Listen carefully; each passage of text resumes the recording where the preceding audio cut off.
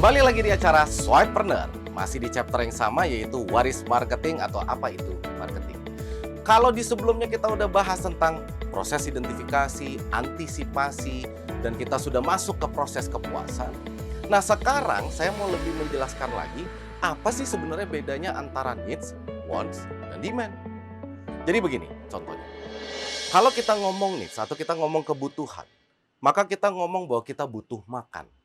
Jadi kalau misalnya saya makan gorengan, saya makan nasi, saya cuma makan nasi sama telur untuk 3 kali sehari, itu pun sebenarnya sudah menjawab kebutuhan saya. Jadi itu adalah kebutuhan.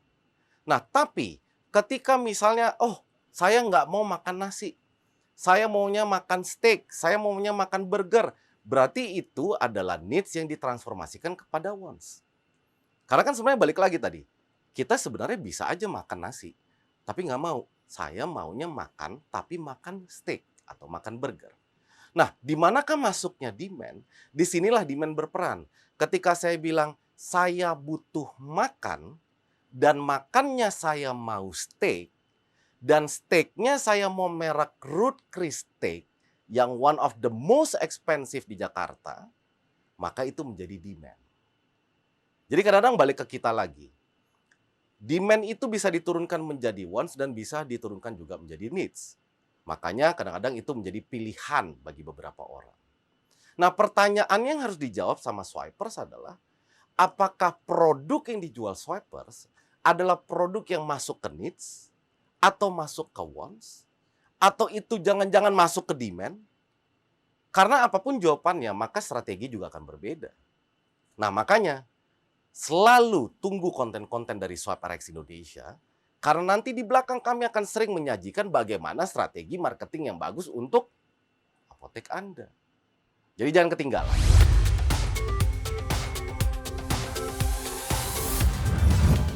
Nah, kemudian kita masuk ke apa sih sebenarnya yang bisa dipasarkan di marketing itu? Apakah marketing itu hanya beberapa produk yang bisa dipasarkan? Tidak. Kalau kita bisa lihat, semua barang atau semua produk itu bisa dipasarkan. Yang kedua, bahkan jasa pun juga bisa dipasarkan.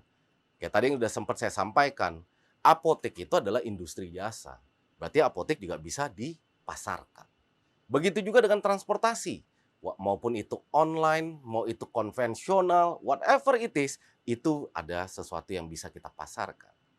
Selain daripada produk dan jasa, ada juga hal-hal lain yang bisa kita pasarkan. Contohnya adalah event. Sering sekali misalnya kita mendengar atau membaca atau menonton adanya promosi untuk konser musik. Berarti yang dipasarkan adalah, yuk datang ke konser musik A, B, C, D ini. Kan begitu. Webinar juga nih sekarang.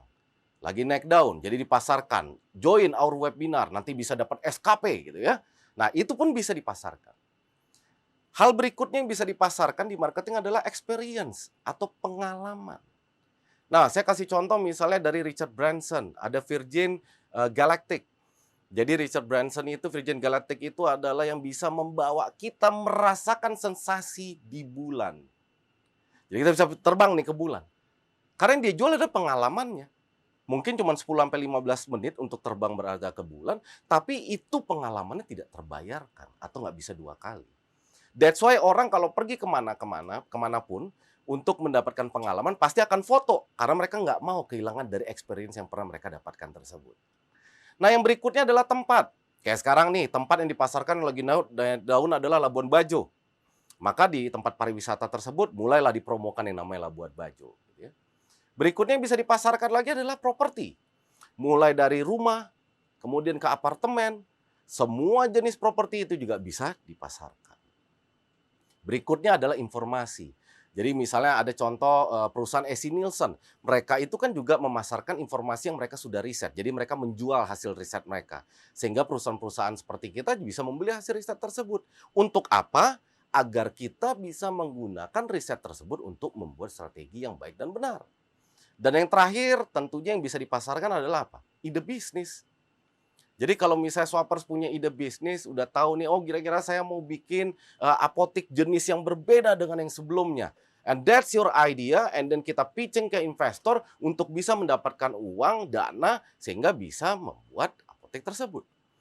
Jadi jangan hanya melihat marketing dari kacamata yang sempit atau dikotak-kotakan. Bahwa sebenarnya kita pun pun bisa memasarkan apapun. Ada satu hal yang menarik. Percaya nggak swipers? Kalau kita pun sebenarnya memasarkan loh diri kita sendiri. Bayangkan kalau kita punya fitur LinkedIn dan kita update pekerjaan kita, status kita, kemudian pernah kuliah di mana saja, itu juga memasarkan. Ketika swipers misalnya, ini analogi yang sangat sederhana.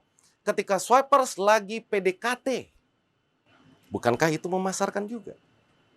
Sehingga calon pasangan mau sama kita. Itu hebatnya marketing.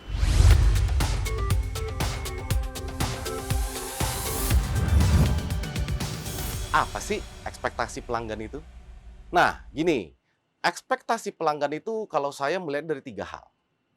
Jika ekspektasi pelanggan sama dengan realita, maka itu bisa kita bilang konsumen akan puas. Jadi misalnya konsumen berekspektasinya di sini. Kemudian kita sebagai apotek bisa menyelaraskan. Berarti realitanya sama nih ya. Berarti bisa kita bilang konsumennya puas. Nah, yang menjadi masalah jika ternyata kalau misalnya ekspektasi pelanggan itu lebih besar daripada realita.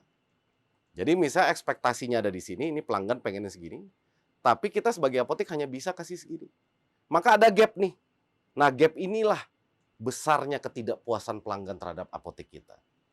Yang ketiga adalah jika ekspektasi pelanggan itu lebih kecil daripada realita, itulah yang bisa kita sebut sangat-sangat puas. Dan sangat-sangat puas ini yang nanti bisa menciptakan yang namanya word of mouth atau WOM. Contoh ya, saya kasih contoh yang sangat simpel banget. Let's say saya itu punya bisnis dan bisnis saya itu menjanjikan ke pelanggan. Jadi ada salah satu laundry yang tidak bolehlah saya sebutkan gitu ya. Jadi mereka selalu menjanjikan bahwa laundry ini akan kelar dan selesai dalam waktu 2 hari. Padahal laundry tersebut tahu kalau laundry ini bisa selesai dalam 1 hari. Tapi mereka sampaikan sama pelanggan 2 hari baru selesai. Kenapa? Karena ketika baru 1 hari, mereka langsung telepon atau WhatsApp si pelanggan. Pak, Bu, udah jadi ya laundry ya? Boleh diambil. Apa yang terjadi secara psikologis terhadap konsumen tersebut? Tentunya konsumen akan bingung. Wow, hebat juga nih laundry. Janjinya 2 hari, jadi cuma 1 hari. Nah, dari omongan itu bisa berkembang kemana-mana. Itu yang kita pengen sebut namanya WOP tadi. Karena mereka sangat-sangat puas. Tapi bayangkan kalau misalnya laundry tersebut memberikan janji sehari selesai. Tapi ternyata selesai baru 2 hari. Berarti kan tidak selaras ya. Nah, itulah yang disebut tidak puas. Atau janjinya 2 hari dan beneran ternyata 2 hari. Nah, itulah yang kita sebut menjadi puas. Itu juga bisa dianalogikan di misalnya apotek bapak dan ibu nih ya. Kalau saya mau turunkan ke apotek contohnya, masalah apa? Pengiriman. Kalau kita janji sama konsumen dalam 1 hari kita akan kirim, maka kalau bisa sebelumnya kita sudah kirim. Karena kalau saya disuruh memilih, lebih baik memilih yang mana? Apakah mau yang selaras, atau kita under promise, atau kita over promise? Kalau saya lebih memilih pokoknya begini, janji 2 hari, nah sehari sebelumnya kita udah kabarin kalau bisa. Karena kita, balik lagi, kita mau menciptakan word of mouth-nya, kita mau menciptakan viralness-nya.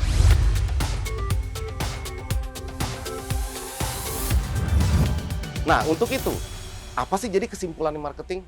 Tadi di awal kita udah ngomongin nih, teorinya bagaimana, hubungannya bagaimana. Nah, sekarang kita masuk ke bagan ini. Ini bagan yang memang sudah sering tersebar, jadi ini bagan yang sangat memudahkan untuk mengetahui apa itu marketing dan bagaimana keselarasan dengan konsumen.